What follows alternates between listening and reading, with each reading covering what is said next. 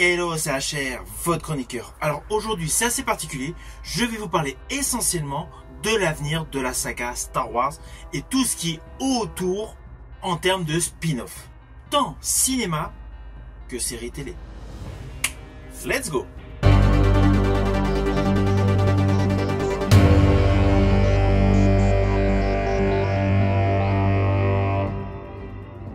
Ah oui, n'oubliez pas, si vous n'êtes pas abonné, pensez à le faire, pensez à me mettre dans les commentaires ce que vous pensez des dernières créations rattachées à l'univers Star Wars.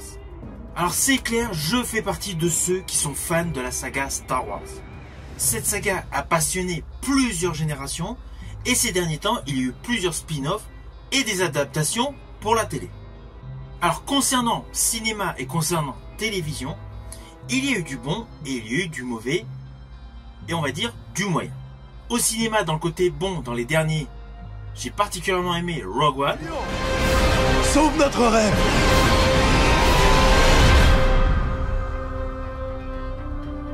Et naturellement l'épisode 7 de J.J. Abrams.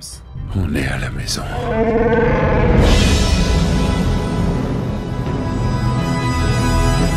Et côté série, j'ai particulièrement aimé The Mandalorian.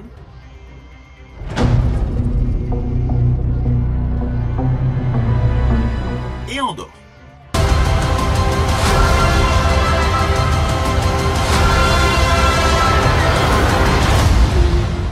Par contre, à ce jour, je suis très perplexe sur la nouvelle série Skeleton Crew. Pourtant, elle est portée par un excellent acteur, Jude Law. Mais je reste perplexe. Watch this. Skeleton Crew. Naturellement, je vous ferai mon retour lorsque j'aurai vu cette série. Mais pour l'instant, voici ce qui est censé être l'avenir de Star Wars. Alors tout d'abord, sachez que Disney a enfin repris la main pour les projets Star Wars pour le cinéma. Ces derniers temps, nous avons plusieurs séries, mais là, ça y est. Disney a donné le feu vert, la priorité à beaucoup de films, notamment une nouvelle trilogie. Alors concernant la première trilogie, mon préféré est naturellement l'Empire contre-attaque. C'est même à ce jour, selon moi, le meilleur de toute la saga. Après, concernant la prélogie, j'affectionne particulièrement l'épisode 3, avec bien naturellement la mise en place de Dark Vador. Je me rappelle, lorsque je l'ai vu au cinéma, j'étais totalement fou lors du combat Obi-Wan Dark Vador. Ces 20 minutes de combat, je les ai kiffés. Alors oui, il y en a plein qui critiquent cette prélogie. Mais moi, ce troisième opus, je l'ai particulièrement aimé. Autant l'épisode 1, la menace fantôme, était trop enfantin, mais autant l'épisode 3, je l'ai adoré. Après, concernant la dernière trilogie, mon opus préféré est naturellement l'épisode 7, qui fait en quelque sorte remake de l'épisode 4, mais j'ai particulièrement aimé cet épisode, avec naturellement le retour d'Harrison Ford. Alors justement, concernant la nouvelle trilogie, qui va être mise en place, on va garder en premier rôle, selon Hollywood Reporter, le personnage de Rey, la fameuse Jedi que nous avons pu voir dans la dernière trilogie. Alors cette nouvelle trilogie sera une production de Simon Kinberg. Outre le fait qu'il produira cette nouvelle trilogie, initialement il doit écrire l'histoire des 3 prochains films. Cette nouvelle trilogie ne sera pas une continuation de tout ce que vous connaissez autour de la famille Skywalker. C'est ce qui a été précisé par The Hollywood Reporter. Cependant, cette nouvelle trilogie sera également produite par Kathleen Kennedy, qui a produit la dernière trilogie. De ce fait, la nouvelle trilogie ne portera pas le nom Star Wars épisode 10, 11 et 12. Théoriquement, nous allons découvrir autre chose. Mais cela n'empêche pas que le personnage de Rey va se retrouver dans cette nouvelle trilogie. Alors sincèrement, le fait qu'on garde le personnage de Rey me laisse vraiment perplexe. Car on va pas se mentir, son personnage n'est pas celui le plus apprécié de tous les fans. Néanmoins, vu que l'écriture de cette nouvelle trilogie est sous l'égide de Simon Kinberg, c'est peut-être un atout. Surtout que celui-ci avait coécrit la série animée Star Wars Rebels, qui est plutôt bonne. En tout cas, en ce moment, nous n'avons pas plus de détails sur l'histoire que va porter cette nouvelle trilogie. Et vu honnêtement de tous les contretemps qu'il y a eu sur des projets qui ont été totalement avortés, Je pense notamment à un projet qui m'avait totalement hypé, qui devait être réalisé par la réalisatrice de Wonder Woman, Patty Jenkins. Ce film devait lancer une autre vision des combats. Il avait pour titre Rogue Squadron. Le potentiel était énorme et au final le film a été totalement avorté. Il y a un autre projet qui me hypait totalement, un film Star Wars réalisé par James Mangold, ayant pour titre Star Wars Dawn of the Jedi. Projet qui devait se concentrer sur l'origine des Jedi et sur leur rapport par rapport à la Force. Théoriquement, l'action de ce film devait se dérouler 25 000 ans avant la menace fantôme. Donc là, il y avait un potentiel fou. À ce jour, on n'a pas plus de nouvelles. On ne sait pas si le tournage a vraiment commencé, s'il a été mis en boîte ou si le projet a été abandonné. Autre projet qui me hype totalement, c'est Le Mandalorian et Grogu, une version cinématographique de leur aventure. Oui, suite au succès de l'excellente série Mandalorian, Jon Favreau a réalisé la suite de leur aventure, plus précisément la conclusion de leur aventure du petit écran, sur grand écran. Ainsi, ce produit Disney+ devient un produit Disney pour le cinéma en 2026. Cela, bien évidemment, est théorique, car à ce jour, nous n'avons pas la confirmation que le film a bouclé son tournage. On sait très bien que suite à des projections tests, il y a souvent des reshoots. Mais ce futur projet cinématographique est selon moi un projet qui tient la route.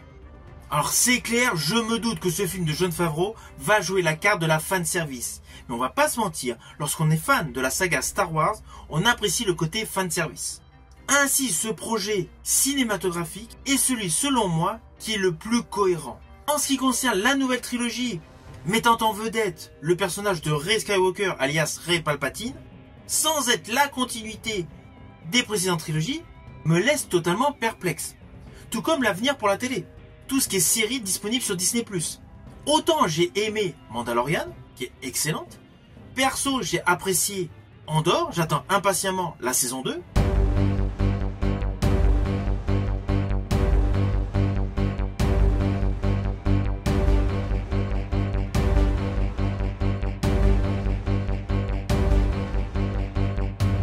Mais j'étais assez perplexe sur The Acolyte.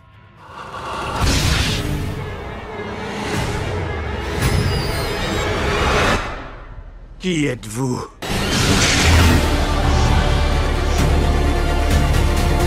Et Skeleton Crew, qui doit là être disponible début décembre, me laisse totalement perplexe.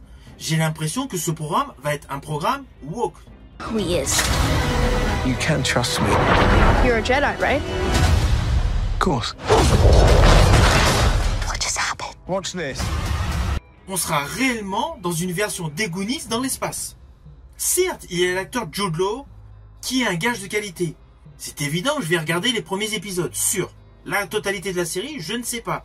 Car Skeleton Crew est vraiment un programme qui me laisse perplexe sur l'avenir télévisuel de la saga Star Wars.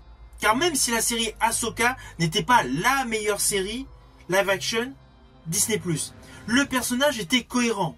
Et d'ailleurs, pour la petite histoire, sachez que le personnage Ahsoka de la série va se retrouver dans le film Mandalorian et Grogu. Ça, c'était pour la petite histoire. Mais voilà, Ahsoka, donc la série Ahsoka, avait un côté qui était plutôt pas mal quand même. Même si cela n'était pas transcendant. Mais là, au vu de ce que nous prépare Skeleton Crew, je reste très perplexe. C'est pour cela qu'à ce jour, le projet qui est selon moi le plus hypant est principalement Mandalorian et Grogu. Néanmoins, c'est assez logique.